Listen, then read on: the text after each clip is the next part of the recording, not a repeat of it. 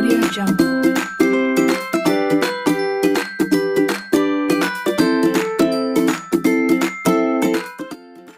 Halo, assalamualaikum warahmatullahi wabarakatuh. Halo semuanya, apa kabar nih kalian? Semoga kalian selalu dalam keadaan sehat ya, dan masih tetap semangat untuk belajar. Jadi walaupun kita pembelajaran jarak jauh nih, nggak boleh mengurangi semangat belajar kalian ya. Harus terus semangat, oke? Nah, hari ini kita akan belajar mengenai sosiologi. Materi kita hari ini adalah mengenai hubungan sosial. Nah, tujuan pembelajaran kalian hari ini adalah kalian akan menjelaskan mengenai pengertian hubungan sosial, faktor pendorong terjadinya hubungan sosial, tujuan hubungan sosial, dan juga jenis hubungan sosial. Nah, itu yang akan kita pelajari hari ini. Oke, langsung aja kita ke materi yang pertama, yaitu pengertian hubungan sosial. Nah, jadi hubungan sosial ini adalah hubungan yang terwujud antara individu dengan individu, individu dengan kelompok, kelompok dengan kelompok sebagai akibat adanya hasil interaksi atau kerjasama antar masyarakat yang pastinya memunculkan emosi atau perasaan-perasaan tertentu ketika berkomunikasi. Itu adalah hubungan sosial. Jadi hubungan sosial ini sifatnya lebih luas dari interaksi sosial ya.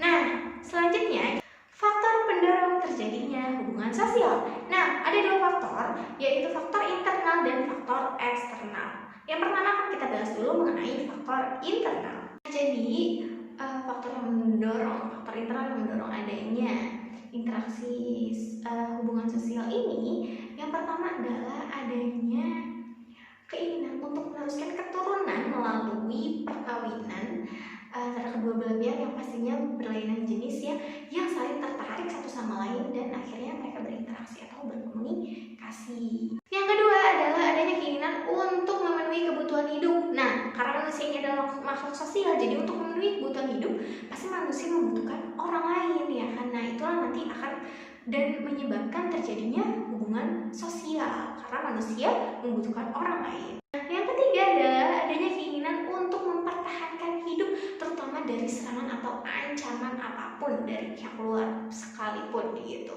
Nah, yang keempat adalah adanya keinginan untuk melakukan komunikasi antar sesama. Pokoknya balik lagi yang namanya faktor internal ini dilandasi dengan karena manusia ini adalah makhluk sosial, artinya dia nggak bisa hidup sendirian gitu, pasti mereka membutuhkan orang lain, harus komunikasi, mau memenuhi kebutuhan hidup aja butuh orang lain gitu kan.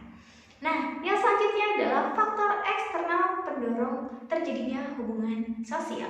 Ini ada 6 faktor eksternalnya. Yang pertama adalah ada simpati, motivasi, ada empati, imitasi, sugesti, dan juga ada identifikasi. Nah, kita bahas yang pertama adalah simpati, yaitu suatu sikap ketertarikan kepada orang lain karena suatu hal. Contohnya, pasti kalian udah sering dengar banget nih kata simpati.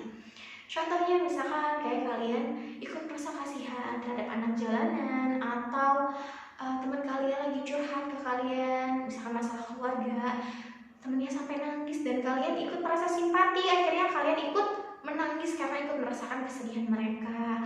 Atau simpati ini contohnya misalkan kalian menjenguk orang yang sedang sakit, menjenguk teman kalian yang sedang sakit, itu termasuk contoh simpati. Jadi kalian ini tertarik kepada orang lain karena suatu hal, entah karena apa yang mereka ceritakan, karena kehidupannya gitu. Nah, yang kedua adalah motivasi. Motivasi adalah dorongan yang ada dalam diri seseorang yang mendasari orang melakukan suatu perbuatan. Itu adalah motivasi. Contohnya gimana, Bu? Nah, contohnya misalkan kayak ibu guru memberikan pujian kepada murid yang misalkan mendapatkan nilai bagus gitu. Nah, otomatis nanti kalau murid ini akan termotivasi untuk selalu mendapatkan nilai bagus karena kan mendapat pujian nih dari gurunya. Atau kalian akan selalu dapat reward dari orang tua kalian ketika kalian ranking 1. Nah, otomatis ketika kalian akan termotivasi untuk selalu peringkat pertama nih biar nanti kalian dapat reward dari orang tua kalian. Atau kalian pingin banget punya rumah baru gitu. Nah, akhirnya kalian termotivasi untuk menabung, gencar menabung misalkan, atau kalian ingin beli sesuatu gitu yang benar-benar kalian inginkan, misalkan kalian beli laptop, kalian akhirnya termotivasi untuk menabung kayak gitu. Nah, itu contoh motivasi. Yang selanjutnya adalah empati. Empati ini merupakan suatu rasa haru atau iba sebagai sebagai akibat dari tersentuh perasaannya dengan objek yang ada di hadapannya. Nah, empati ini biasanya adalah kelanjutan dari simpati. Nah, contohnya nih, misalnya kayak tadi, kalau tadi simpati adalah kalian merasa ikut sedih gitu ketika teman kalian curhat sampai nangis, kalian ikut menangis, berarti kalian tuh sudah bersimpati. Nah, ketika kalian sudah terdorong atau tergerak hatinya untuk membantu teman kalian nih, untuk membantu meringankan penderitaan teman kalian, berarti kalian sudah berempati gitu. Kayak misalkan tadi kalian menjenguk teman kalian yang sedang sakit, itu kalian bersimpati.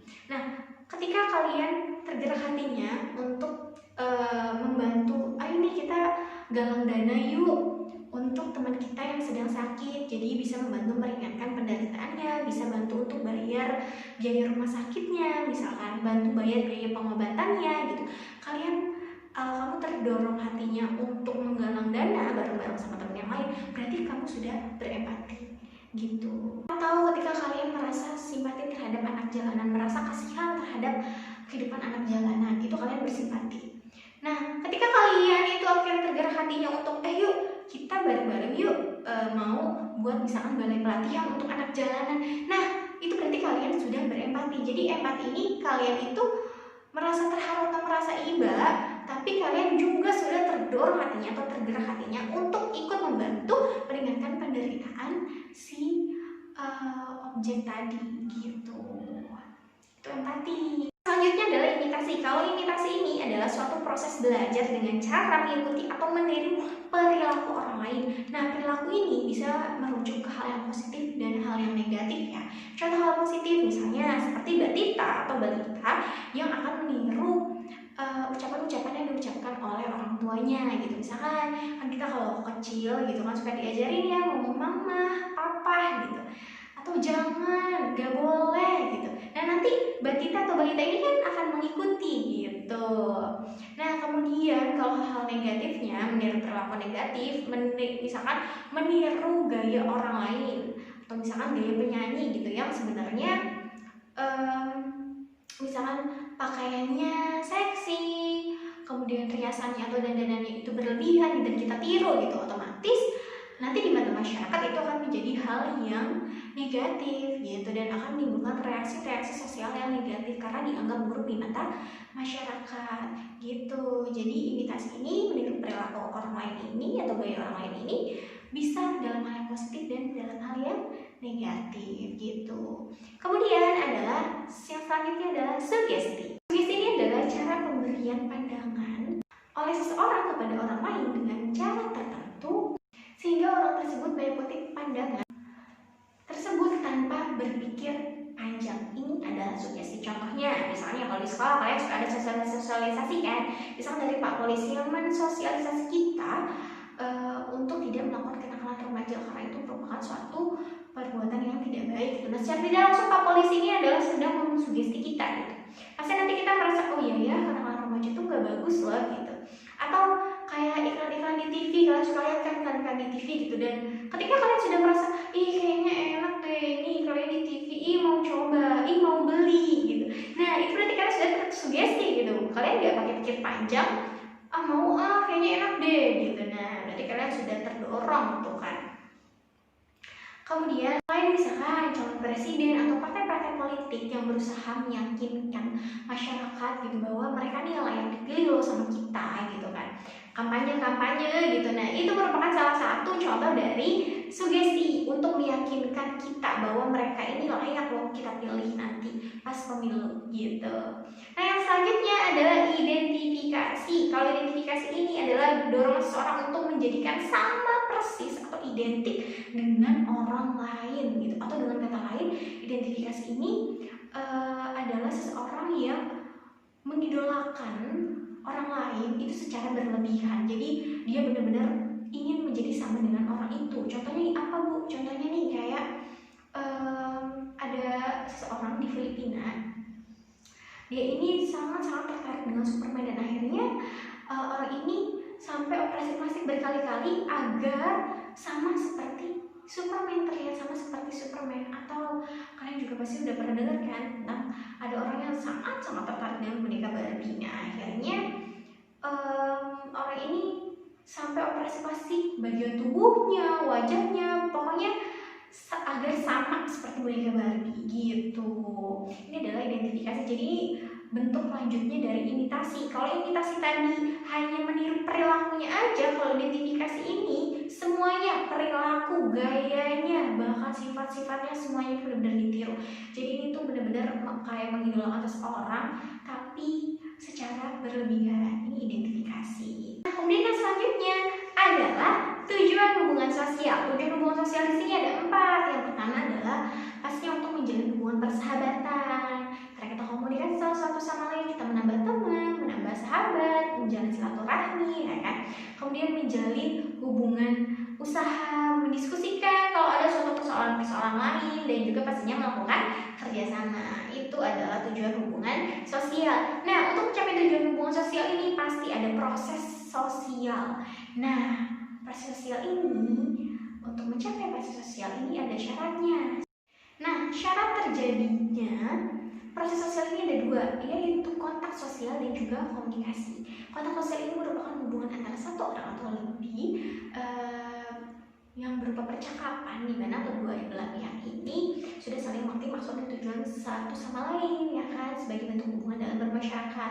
Nah, kontak sosial ini biasanya bisa secara langsung dan bisa secara tidak langsung gitu. Yang penting ini melakukan percakapan. Jadi bisa melalui surat, teleponan, itu mereka sudah melakukan kontak sosial satu sama lain. Misalkan melalui email atau video call atau dan media komunikasi lainnya. Nah, itu berarti mereka sudah melakukan yang namanya kontak sosial atau melakukan percakapan. Nah, kemudian yang kedua adalah komunikasi. Nah, komunikasi ini merupakan suatu proses saling memberikan tafsiran kepada pihak lain. Nah, biasanya nanti diwujudkan ini bisa berupa pembicaraan, gerak fisik, ataupun perasaan. Jadi ada body gesture-nya nih kalau komunikasi. Kalian ngobrol sama teman-teman kalian nih secara langsung, itu kalian kan melakukan komunikasi. Pasti dong ada body gesture-nya, ya kan? Ada intonasinya ketika kalian berbicara, ada gerakan fisiknya. Enggak gini, ini harusnya tuh gini gitu. Ada gerakan fisiknya, ya kan? Kemudian ada perasaan di dalamnya, emosinya gitu. Misalkan kalian ngajarin teman kalian nih, kan kalian komunikasi terus teman kalian ngerti-ngerti, ya kan? Kalian lama-lama kesel gitu. Nah, itu jadi ada perasaan juga di dalam, itu namanya kalian sedang berkomunikasi gitu. Nah, kemudian selanjutnya adalah mengenai jenis hubungan sosial. Nah, jenis hubungan sosial ini ada 3 dibaginya. Jadi ada hubungan sosial antara individu dengan individu, ada individu dengan kelompok, dan juga ada kelompok dengan kelompok. Kalau individu dengan individu, ya artinya satu orang one by one itu berbicara satu sama lain, ya kan, saling komunikasi. Itu individu dengan individu. Kayak misalkan mama dengan papa kalian lagi komunikasi, atau mama sama kamu lagi komunikasi, atau kamu sama kakak kamu lagi komunikasi gitu. Nah, itu namanya hubungan individu dengan individu. Kalau individu dengan kelompok, contohnya apa, Bu? Contohnya adalah ibu guru nih dengan murid di kelas. Jadi guru yang sedang menjelaskan materi di kelas gitu. Nah, guru ini sendiri kan, ibu sendirian, tapi ibu harus menjelaskan kepada kalian yang satu kelas gitu. Nah, kalian dalam satu kelas ini disebut sebagai kelompok gitu. Itu adalah hubungan individu dengan kelompok. Kalau hubungan kelompok dengan kelompok, contohnya apa, Bu? Contohnya adalah hubungan kerjasama bisnis, misalkan antara 2 perusahaan atau 3 perusahaan, 4 perusahaan. Nah, ini biasanya hubungan kelompok dengan kelompok gitu. Nah, sampai di sini dulu ya anak-anak materi yang ibu sampaikan hari ini. Semoga materi ini bisa bermanfaat